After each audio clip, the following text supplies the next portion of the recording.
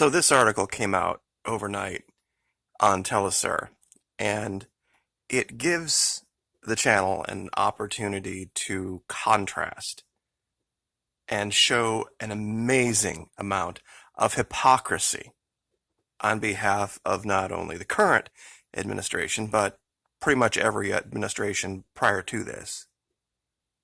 You see, in the little byline it reads, "The affected pipeline belonged to the Nigerian state." Really?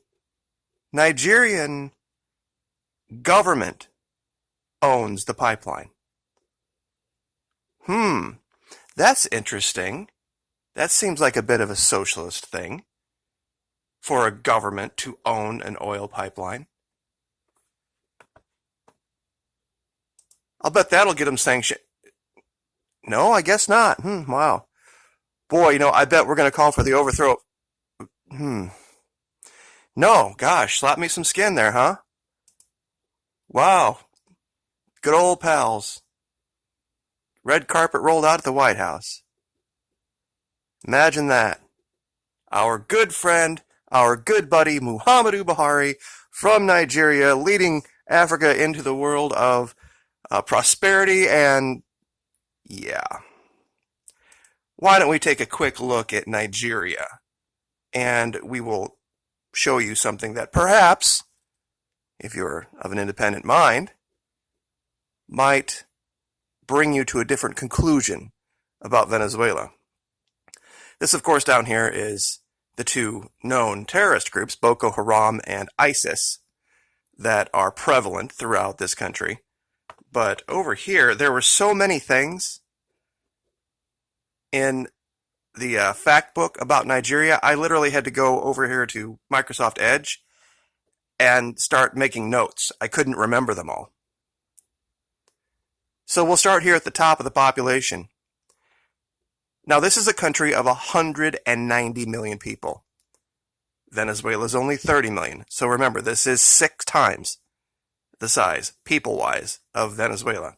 And I promise you, you can pick any date you want, and there have been more starving people in Nigeria than have ever existed in the history of Venezuela. AIDS. AIDS is probably the worst scourge of Africa, and Nigeria leads the way. It's never been an issue in Venezuela, ever. Not once has it ever presented any kind of a health threat. Under religions, 50% Muslim, Christian 40%, indigenous belief 10%. Of all of South America, 9 out of 10 people describe themselves as Christians. 8 in 10 describe themselves as fundamental Christians. Over half of the country is Muslim, and it is described as Africa's major source of slavery and sex trafficking. It is the world's 4th most populous country. The average age in that country is 18. That's the average. They're number 4 in maternal mortality. 2/3 live with no proper sanitation. 2nd largest AIDS population in the world.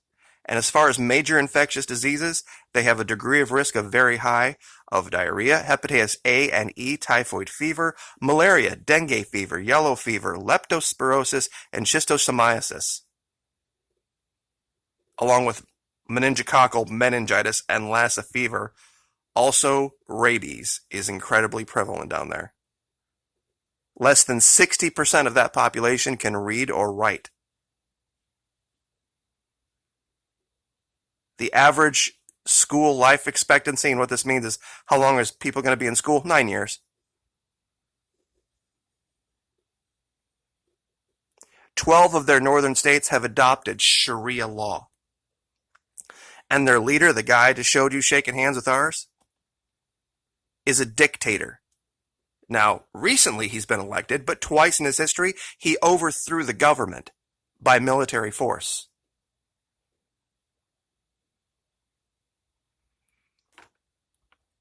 They are an oil-driven economy with 62% of their people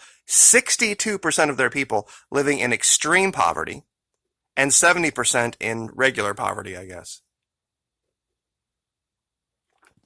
And that's here. Now, here's the thing people love to throw up in the face of those who want to question the story of Venezuela. Well, they should have gotten away from oil. 95% of the exports of Nigeria are oil. 95. That's higher than it's ever been in Venezuela. Ever. It is hypocrisy run amok. This country gets invited to the White House. And I have used this map before. And everybody always loves to get distracted with big old Israel in the middle. Kids, if you add up all of these mostly, and this is a 2017 chart, and this hasn't largely changed in the last year. Nigeria, right here in the middle, $703 million a year. That's double what Colombia gets.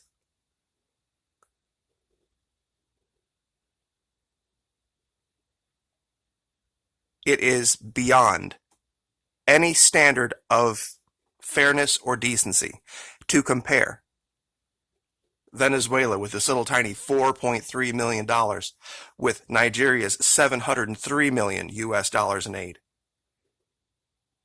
Any level of corruption, any level of starvation, any level of suffering, any metric you want to use, Nigeria and Colombia exceed Venezuela in spades. You can talk about starving people. You can talk about anything you want.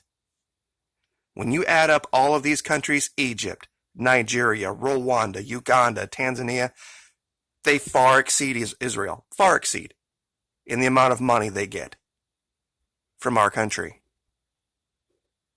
It is ridiculous. Ethiopia, 478 million. Tanzania, 588 million.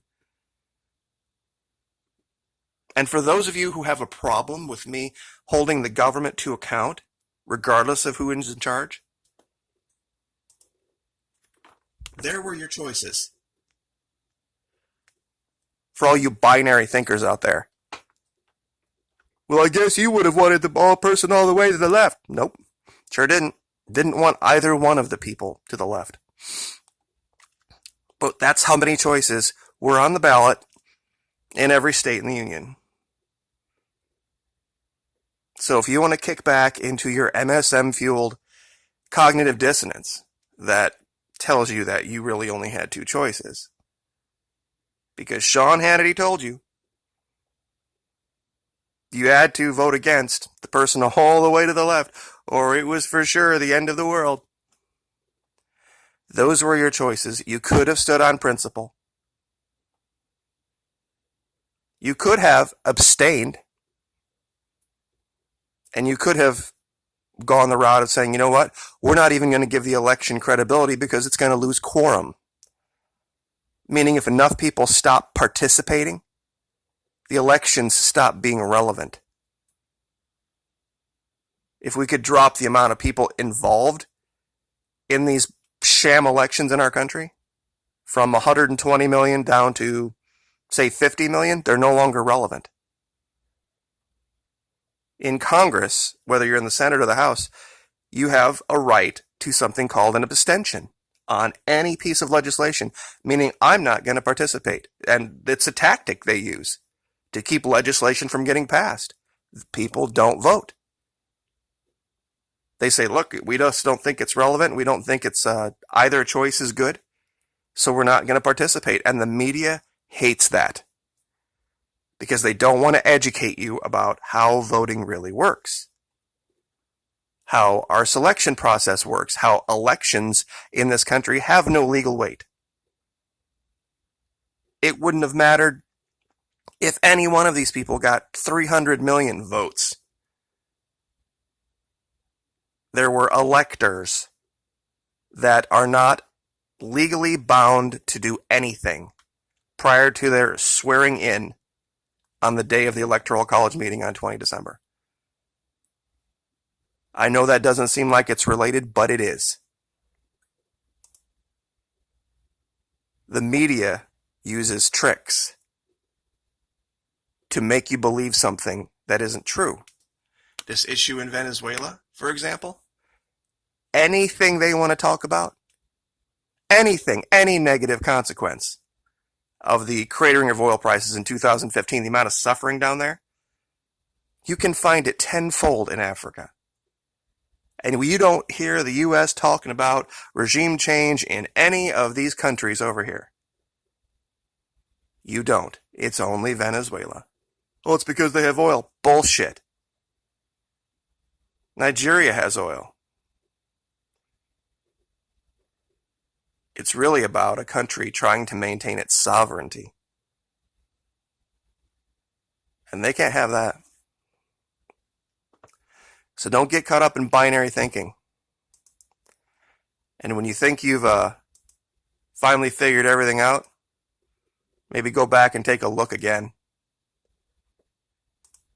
Like, share, subscribe.